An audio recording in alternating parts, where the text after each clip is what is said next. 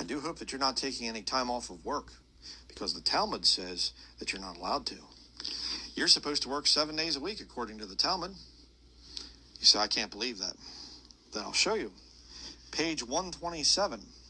Okay? I'll show it with the overhead camera here so you can read it for yourself. As I like to do in all my studies, here it is, the Talmud, Steinsaltz edition, volume 18, Tractate Sanhedrin, part 4. And we will go to page 127. You can see it down there at the bottom of the page. All right? And it just, this whole thing here shows the extreme ignorance of these rabbis of the scriptures. They're very foolish. The Gemara now returns to the laws applying to non-Jews.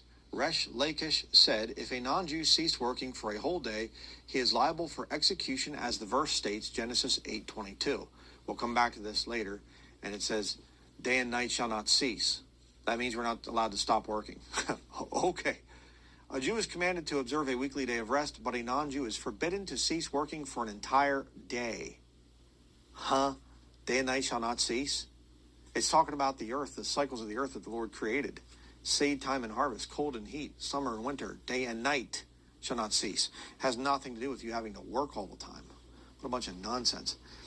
And it was stated above, wherever the Torah imposed a prohibition on non-Jews, the punishment for violating that prohibition is execution. They want to kill you. Ravina said, not only is the non-Jew liable for execution if he refrained from working on the Jewish Sabbath, but even if he refrained from working on a Monday or some other day of the week, he is liable for that same punishment. The Gemara objects. If it is so that a non-Jew is commanded to keep working without taking a day of rest, then that obligation should have been counted along with the other 7 Noahide laws. The Noahide laws are in the Talmud? I never knew that until I was reading this volume, and I thought, there you go, the old Noahide laws. And for those of you out there that just think to yourself, oh, it's some screwball religion thing, it doesn't affect me, I don't care, whatever, a Christian arguing with a Jew, whatever, who cares?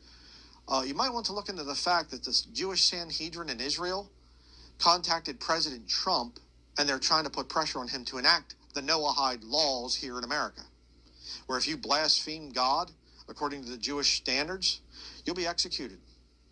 And according to this right here, they're saying some of the rabbis, not all of them, but some of them are saying, if you're not working 7 days a week, you try to take a day off, boom, you're executed.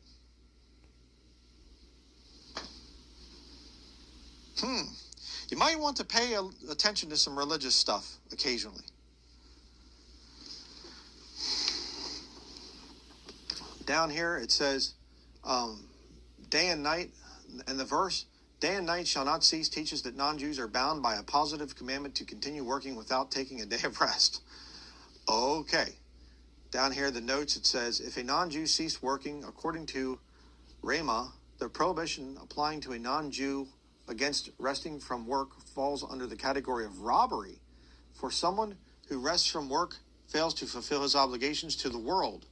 Others argue that a non-Jew who sets aside a day of rest is liable, for he is seen as attempting to create a new religion. What, you mean like Christianity? Isn't that nice? It's almost like they're trying to say that non-Jews are animals that shouldn't be given time off. We're just supposed to work and work and work until we drop, and then our Jewish overlords are supposed to come along and say, okay, get rid of that animal. Get a new one, put him in there behind the machine. Get to work, animal. Whip the bullwhip over our shoulder or something, like a bunch of animals.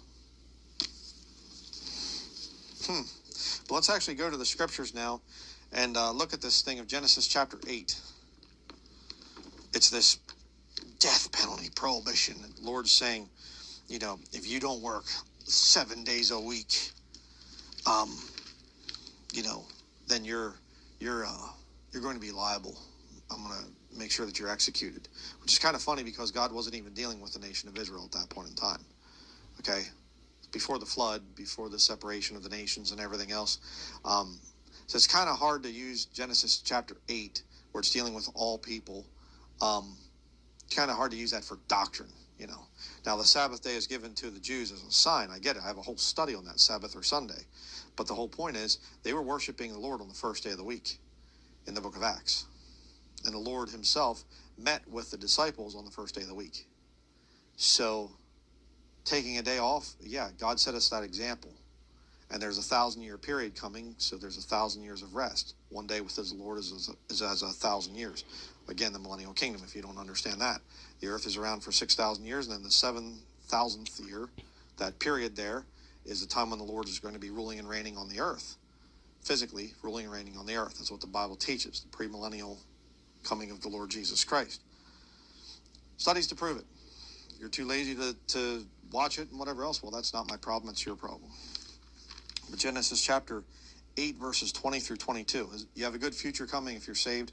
If you are lost, well, future's not looking good. And Noah builded an altar unto the Lord, and took of every clean beast and of every clean fowl, and offered burnt offerings on the altar. And the Lord smelled a sweet savor, and the Lord said in his heart, I will not again curse the ground any more for man's sake, for the imagination of man's heart is evil from his youth. Neither will I again smite any more everything living as I have done. So the Lord's saying, okay, I did the flood there. I wiped out all the flesh besides Noah and his family. I'm not going to do that again. That's what the whole purpose of the rainbow is. All right, that's a reminder there. Verse 22. While the earth remaineth, seed time and harvest, and cold and heat, and summer and winter, and day and night shall not cease.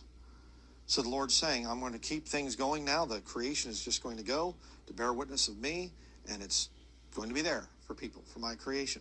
He's not saying, there's nothing even implied in that passage about, Jews get to have a day off, but non-Jews have to work for 7 days. Non-Jews shouldn't be allowed. They're animals. Where do you get that stuff from? Unless you're some kind of a devil-possessed rabbi someplace that rejects the New Testament. That's the only way that you can get that type of a thing. It's crazy. I mean, if you had to go in a court of law or something that was not biased, if people were just open-minded, nobody would agree with the rabbis on that and say, well, I can see where it says non-Jews have to work 7 days a week. Well, because day and night shall not cease. Well, huh? Day and night shall not cease. The most rabid atheist would say, well, yeah, I agree with that. Day and night are kind of constant. They happen, every day. That's all the verse is saying. It's not saying that you have to work 7 days a week. So, a bunch more videos to do here out of this nutty edition of the Talmud. But look out. If you have Jews in your area that are studying this stuff and implementing this stuff, and you see Jews in social media or whatever else, and they're talking about how great the Talmud is, now you know that they're lying. Be very careful.